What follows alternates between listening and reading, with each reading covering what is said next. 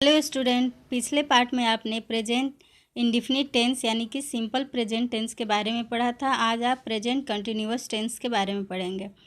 तो present continuous is used to express an action which is going on at the time of speaking और at this moment. यानी कि present continuous tense जो है वो कहाँ यूज होता है, तो ये प्रेजेंट कंटिन्यूअस टेंस किसी एक्शन को एक्सप्रेस करने के लिए यूज होता है, वो एक्शन जो कि चल रहा हो और या फिर उस वक्त पे वो बोला जा रहा हो, मतलब कि टाइम ऑफ स्पीकिंग, बोलने का जो समय है उस मोमेंट पे, तो उसके लिए प्रेजेंट कंटिन्यूअस टेंस जो है वो यूज होता है। यानी कि जो चल रहा हो, कोई काम अभी ख़त्म नहीं हुआ है, अभी चल रहा है, तो उसके लिए प्रेजेंट कंटिन्यूअस टेंस जो है यूज होता है। और हिंदी में जिस हिंदी वाक्य के अंत में रहा है, रही है, रहे हो, रहे हैं लगा रहता है, वो प्रेजेंट कंटिन्यूअस टेंस का सेंटेंस होता है। जैसे वह जा रहा है, खा रहा है, वह पी रहा है, नहा रहा है, वह रो रहा है, वह हंस रहा है, वे लोग खा रहे हैं, वे लोग पढ़ रहे हैं, वे लोग जा रहे हैं। तो इस तरह से ये ये जो सेंटेंस है रहा है वो बस कंटिन्यू है, यानी कि लगातार हो रहा है। तो इसलिए ये जो टेंस है वो प्रेजेंट कंटिन्यूअस, ये जो सेंटेंस है वो प्रेजेंट कंटिन्यूअस टेंस का ही सेंटेंस है। तो इसका स्ट्रक्चर सीख लेते हैं क्या है। तो structure subject plus is am are plus V4 plus O. V4 यानी कि ING, जिसमें ING फॉर्म रहता है, वर्ब का चौथा रूप यानी ING फॉर्म लगता है। तो सबसे पहले सब्जेक्ट, उसके बाद इज किसके साथ यूज करेंगे, तो ही, सी, इट और नेम ऑफ एनीवन के साथ इज का प्रयोग करेंगे। और एम किसके साथ, तो एम सिर्फ आई के साथ यूज होता है। आर यू के साथ, दे के साथ, वी के साथ, या मोर देन वन, एक से यदि ज़्यादा हो तो उसके साथ हम आर का यूज करेंगे। कुछ सेंटेंस देख लेते हैं। वह जा रहा है, ही इज गोइंग, ही के साथ क्या लगाएंगे, इज, और ये जाना क्या होता है, गो होता है। तो गो का हमें कौन सा फॉर्म लगाना है, V4 लगाना है। V4 में क्या हो जाता है,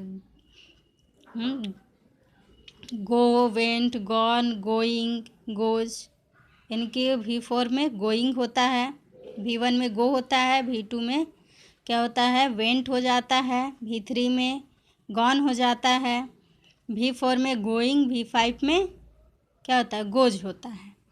तो यहाँ पे हमें V4 का यूज करना है, तो ही के साथ इज यूज करेंगे और उसके बाद जो भर्ब है वो भर्ब का चौथा रूप, यानी कि वो जा रहा है तो जाना का गोइंग हो जाएगा।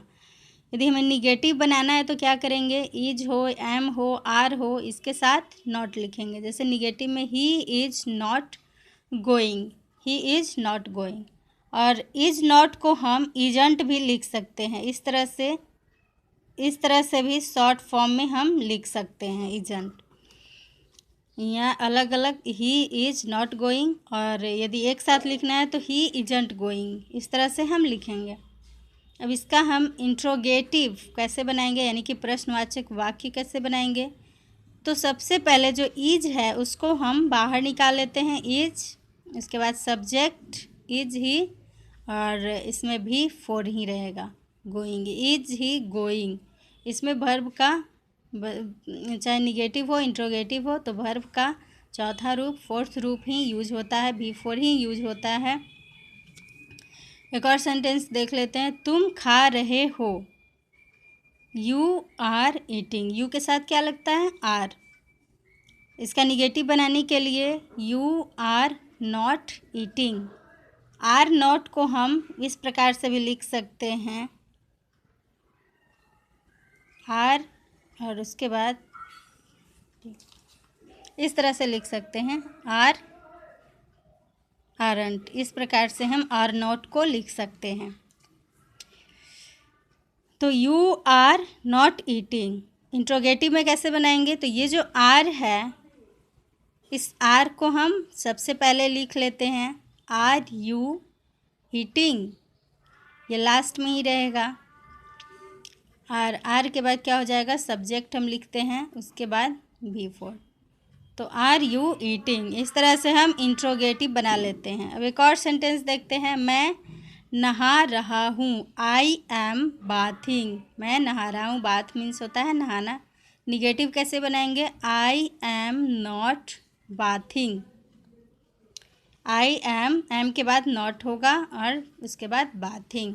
और एम नॉट को हम इस प्रकार से भी लिख सकते हैं, एम नॉट एमंट भी लिख सकते हैं, आई एमंट बाथिंग भी लिख सकते हैं। इंट्रोगेटिव में एम को सबसे पहले लिख लेते हैं, एम आई बाथिंग, क्या मैं नहा रहा हूँ। इस प्रकार से हम लोग इसका निगेटिव और इंट्रोगेटिव बनाते हैं।